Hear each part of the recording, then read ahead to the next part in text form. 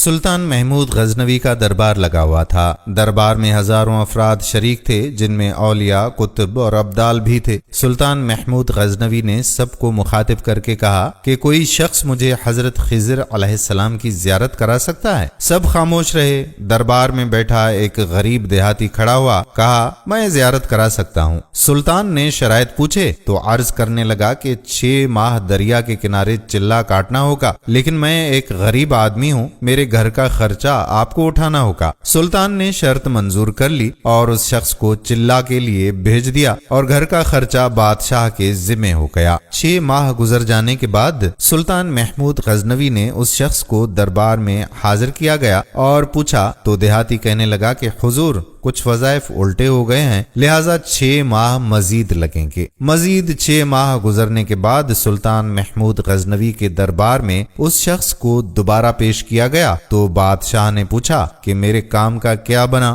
یہ بات سن کے دیہاتی کہنے لگا کہ بادشاہ سلامت، کہاں میں گنہگار اور کہاں حضرت خضر علیہ السلام۔ میں نے آپ سے جھوٹ بولا، میرے گھر کا خرچہ پورا نہیں ہو رہا تھا، بچے بھوک سے مر رہے تھے، اس لیے ایسا کرنے پر مجبور ہوا۔ سلطان محمود غزنوی نے اپنے ایک وزیر کو کھڑا کیا اور پوچھا کہ اس شخص کی کیا سزا ہے؟ وزیر نے کہا کہ بادشاہ سلامت، اس شخص نے بادشاہ کے ساتھ جھوٹ بولا ہے، لہذا اس کا گلا کاٹ دیا جائے۔ دربار میں ایک نورانی چہرے والے بزرگ بھی تشریف فرما تھے، کہنے لگے کہ بادشاہ سلامت، اس وزیر نے بالکل ٹھیک کہا ہے۔ بادشاہ نے اب دوسرے وزیر سے پوچھا کہ تم بتاؤ، تو اس وزیر نے کہا کہ اس شخص نے بادشاہ کے ساتھ فراڈ کیا ہے، اس کا گلا نہ کاٹا جائے بلکہ اسے کتوں کے آگے ڈالا جائے تاکہ یہ ذلیل ہو کے مرے، اسے مرنے میں کچھ وقت تو لگے۔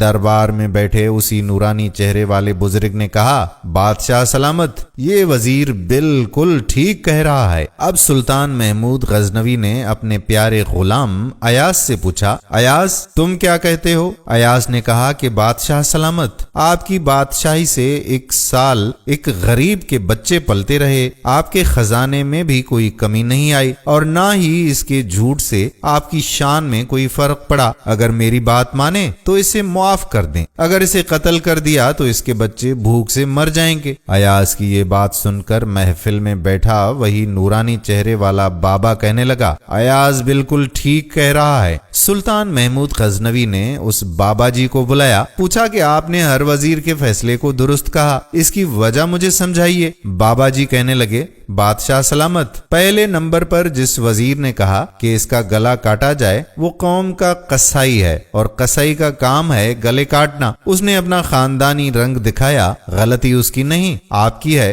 کہ آپ نے ایک قصائی کو وزیر بنا لیا۔ دوسرا جس نے کہا کہ اسے کتوں کے آگے ڈالا جائے، اس وزیر کا والد بادشاہوں کے کتے نہلایا کرتا تھا، کتوں سے شکار کھیلتا تھا، اس کا کام ہی کتوں کا شکار ہے، تو اس نے اپنے خاندان کا تعارف کرایا۔ آپ کی غلطی یہ ہے کہ آپ نے ایک ایسے شخص کو وزارت دی جہاں ایسے لوگ وزیر ہوں، وہاں لوگوں نے بھوک سے ہی مرنا ہے۔ اور تیسرا ایاز نے جو فیصلہ کیا تو سلطان محمود سنو، ایاز سید زادہ ہے۔ سید کی شان یہ ہے کہ سید اپنا سارا خاندان کربلا میں ذبح کرا دیتا ہے مگر بدلہ لینے کا کبھی نہیں سوچتا۔ سلطان محمود اپنی کرسی سے کھڑا ہو جاتا ہے اور ایاز کو مخاطب کر کے کہتا ہے ایاز، تم نے آج تک مجھے کیوں نہیں بتایا کہ تم سید ہو؟ اب ایاز کہتا ہے کہ آج تک کسی کو اس بات کا علم نہ تھا کہ ایاز سید ہے، لیکن آج بابا جی نے میرا راز کھولا، آج میں بھی ایک راز کھول دیتا ہوں۔ اے بادشاہ سلامت، یہ بابا کوئی عام ہستی نہیں ہے، یہی حضرت خضر علیہ السلام ہے۔ ناظرین، یہ واقعہ شبلی نعمانی کی کتاب سے آپ کی خدمت میں پیش کیا گیا۔ امید ہے کہ آپ کو یہ تاریخی ویڈیو پسند آئی ہوگی اور اسے شیئر بھی کریں گے۔ آنے والی ویڈیو تک اپنے میزبان قادر بخش کلہوڑو کو اجازت دیجیے۔ اللہ